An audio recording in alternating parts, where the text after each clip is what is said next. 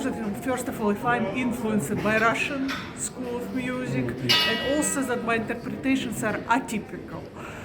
When people ask me different questions, what pianists are your favorites, or contemporary ones, I cannot give any contemporary name. It's not that I don't love Marta Argerich or some other pianists who are playing, but I listen and I learn from pianists of golden age.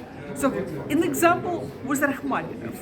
Rachmaninov Concerto. It's a unique moment because, we have works of Bach, of Chopin. We don't know how they really played. We can only read the descriptions.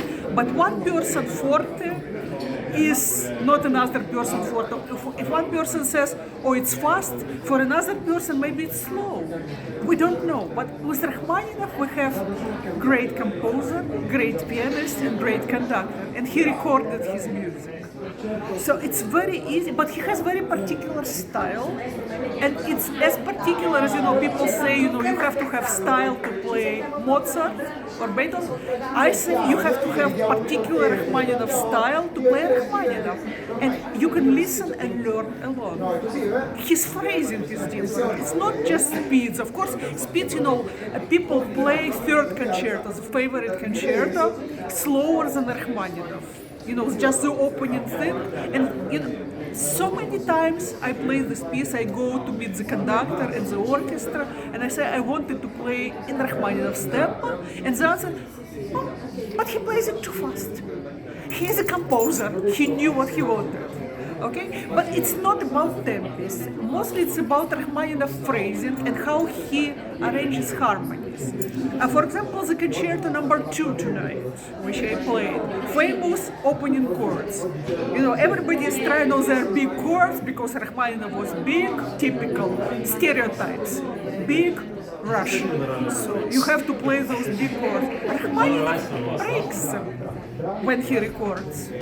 So it's totally okay. You break big chords in Rachmaninoff just like you break them in Franck violin sonata when you play piano parts. They are huge chords, but nobody says you have to be like this snake that swallows. It's cobra, just going over your victim. No, you break chords. It's a style. It's a particular style in which you have to follow. If you play Rachmaninoff, if you play Franck, it's normal. Even if you play Brahms, we moved to totally different there. Away from Russian music. We have the greatest pianist who played Brahms. It's Wilhelm Backhaus. He's famous for Beethoven, but his Brahms, miniatures, late works, intermezzi, fantasy, they're out of this world. He plays them atypically. But he was the closest one in school to know intimately how Brahms would want them to be played. And again, they're different. We think of Brahms, the person who wears big beard and he's very serious.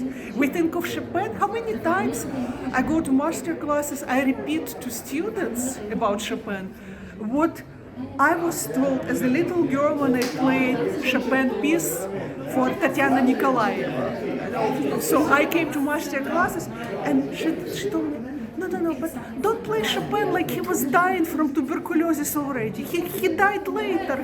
He was alive.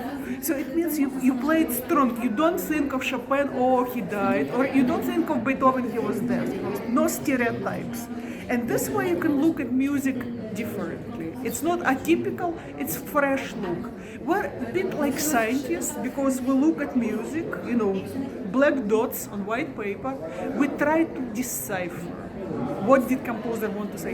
In Rachmaninoff case, it's all clear because we can hear him play. And first you master how he played it, then you can go on your own.